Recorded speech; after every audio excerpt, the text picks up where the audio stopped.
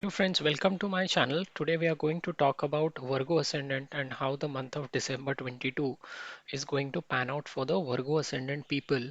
We will first start with the Ascendant Lord. The Ascendant Lord Mercury is going to transition through the fourth house in the month of December. Now this will turn out to be a very good month as you will experience peace of mind, and this Ascendant Lord will also provide an opportunity to improve relations with your mother as well as improve the domestic environment. Mercury is also the 10th house lord of action and karma, and Mercury is going to aspect its own house. So, this month will also prove to be action oriented on the work front because the ascendant lord will aspect the 10th house along with Sun and Venus, and as a result, strong results on the work front will be obtained.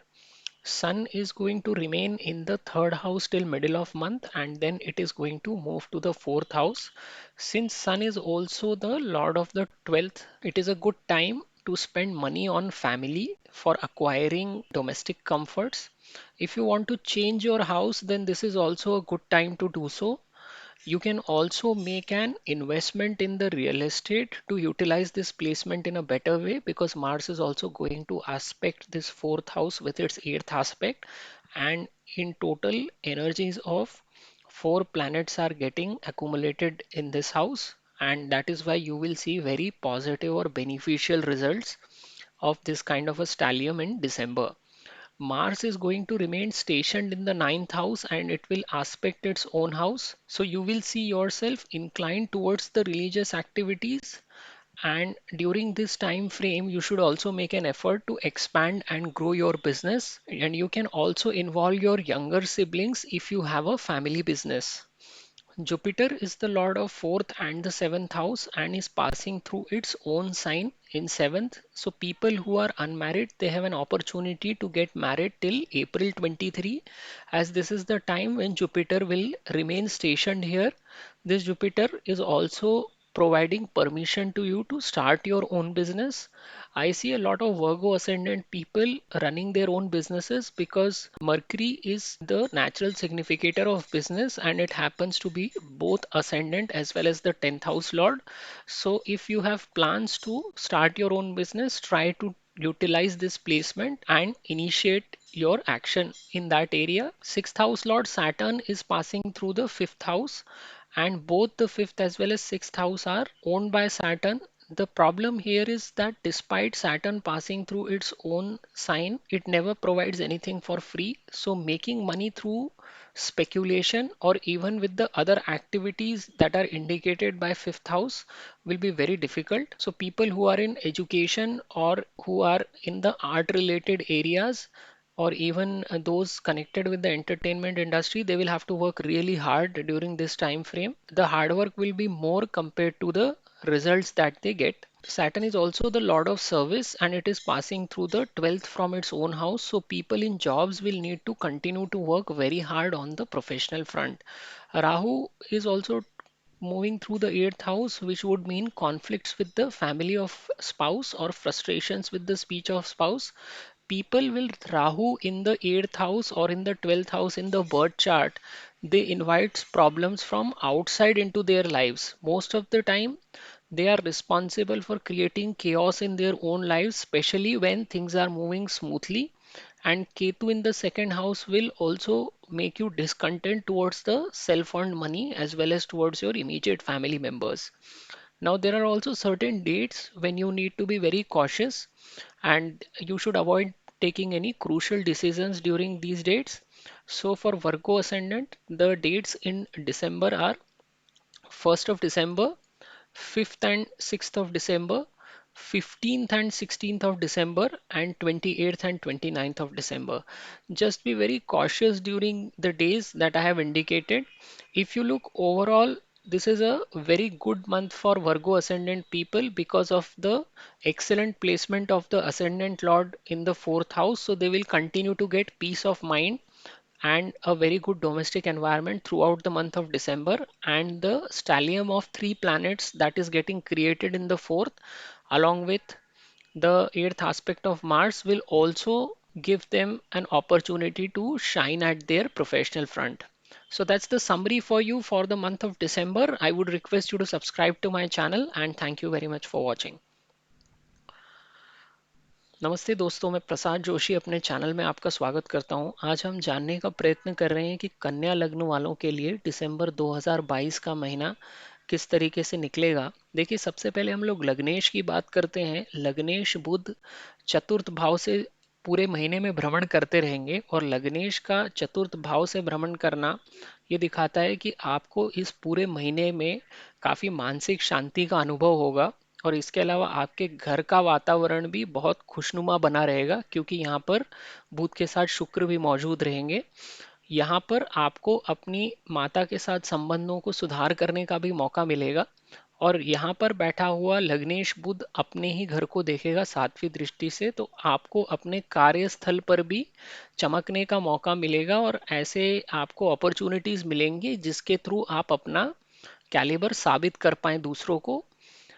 सूर्य तृतीय भाव से भ्रमण करेगा 16 दिसंबर तक और इसके बाद वो भी चतुर्थ भाव में आ जाएगा। तो दिसंबर के सेकेंड हाफ में चतुर्थ भाव में 3 ग्रहों का जमावड़ा हो रहा है और इसके ऊपर मंगल की भी 8वीं दृष्टि पड़ेगी। तो चौथे भाव के रिजल्ट आपको बहुत ही ज्यादा देखने को मिलेंगे इस महीने में। यहाँ पर सूर्य जब चतुर्थ भाव में मूव कर जाएगा और सूर्य 12वें भाव का स्वामी बनता है आपके लग्न के लिए, तो ये अच्छा समय रहेगा कि आप अपने परिवार पर पैसे खर्च करें या किसी भी तरह के अगर आप चीज़ें घर के लिए जमाना चाहते हैं, जैसे इलेक्ट्रॉनिक गुड्स हो गए, कंज्यूमर गुड्स हो गए, फर्नीचर लेके आना है, किसी भी तरह का अगर आप हाउस होल्ड आइटम्स को खरीदना चाहते हैं तो ये बहुत अच्छा समय है। अगर आप व्हीकल खरीदना चाहते हैं या कोई प्रॉपर्टी खरीदना चाहते हैं तो उसके लिए भी ये बहुत अच्छा समय है। तो इस तरह की चीज़ों पे आपका पैसा खर्च होगा दिसंबर में। अगर आप घर बदलना भी चाहते हैं तो उसके लिए भी ये बहुत अच्छा समय है। प्रॉपर्टी खरीदने के लिए क्यों अच्छा समय? क्योंकि गुरु की राशि पड़ती है और यहाँ पे मंगल जो भूमि का ही कारक है वही अपने भाव को देखेगा और शुक्र भी यहाँ बैठा हुआ है जो कि पैसा आपको या कंफर्ट देने का काम करता है। तो ये सब एंगल से अगर आप देखेंगे तो ये काफी अच्छा समय है अपने लिए भी घर खरीदने का या प्रॉपर्टी बनाने का। मंगल 9वें भाव में बैठे रहेंगे और यहाँ से ये अपने भाव को देखेंगे, तृतीय भाव को। और जैसा मैंने पहले बताया 8वीं दृष्टि चतुर्थ भाव पे पड़ेगी। आपको इस समय में किसी रिलीजियस एक्टिविटी से खुद को जोड़ लेते हैं तो ये आपके लिए काफी अच्छा रहेगा। अगर आप इतना प्रयत्न करते हैं अपने बिजनेस को आगे बढ़ाने का तो भी वो आपको आगे चल के काफी फायदा देगा, जो भी एफर्ट्स आप इस महीने में करते हैं वो।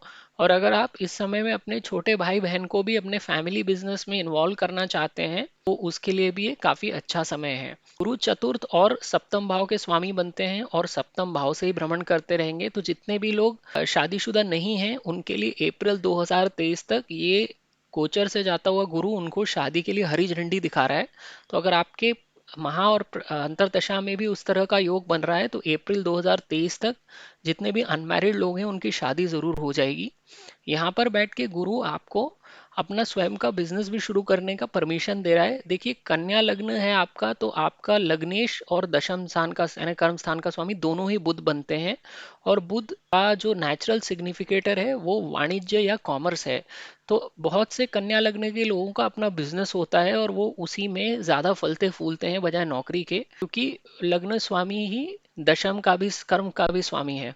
और अभी अगर आप दिसंबर में स्थिति देखेंगे बुध अब कर्म स्थान को देख भी रहा है सीधे सीधे सातवीं दृष्टि से। तो ये बहुत अच्छा समय है अगर आप खुद का कोई बिजनेस प्लान कर रहे हैं तो इस समय में चालू करने का। शनि 6वें और 5वें भाव का स्वामी बनता है आपके लग्न के लिए और 6वें भाव का स्वामी का पंचम भाव से गुजरना यानी 6वें भाव से देखी हुई चीजों का नेगेशन। तो अगर आप सर्विस में हैं तो आपके लिए ये बहुत संघर्ष वाला समय रहेगा जब तक शनि यहाँ पर बैठे हुए जनवरी 2023 के मध्य भाग तक।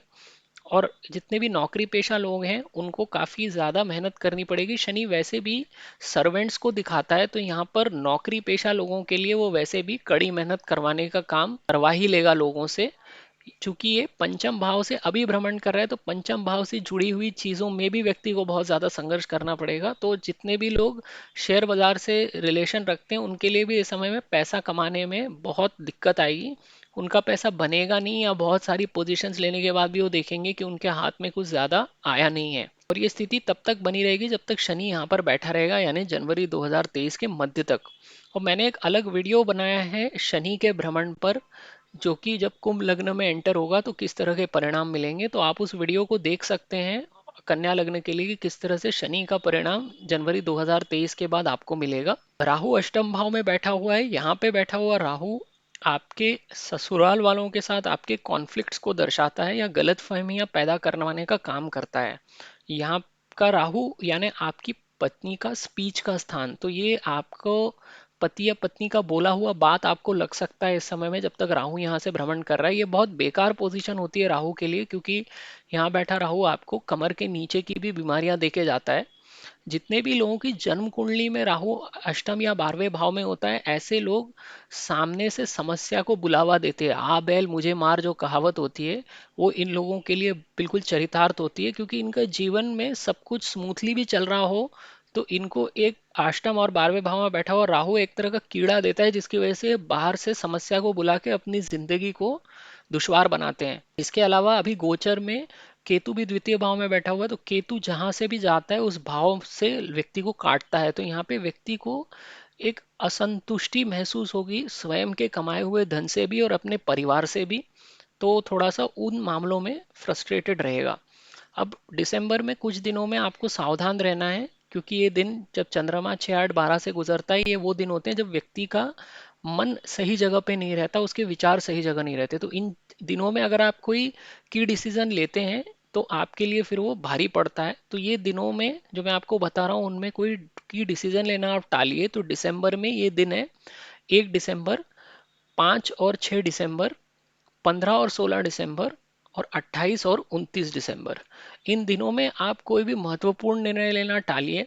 ओवरऑल अगर आप देखिए तो आपके लग्न के लिए जो लग्नेश का पोजीशन बन रहा है दिसंबर में, ये बहुत ही बेहतरीन पोजीशन है। तो आपको मानसिक शांति का अनुभव होगा, डोमेस्टिक एनवायरनमेंट में आपके हार्मनी आएगी। इसके अलावा आप कोई भी प्रॉपर्टी प्लान करते हैं, व्हीकल्स प्लान करते हैं या कोई भी घर के आइटम्स खरीदना चाहते हैं, उसके लिए बहुत अच्छा समय है। और ये जो यहाँ पर तिगड्डा बनेगा, ये आपको वर्क प्लेस पे भी शाइन करने का मौका देगा, क्योंकि ये तीनों सीधे आपके दशम भाव को आस्पेक्ट करेंगे। तो ये ओवरऑल आपकी समरी है दिसंबर महीने की।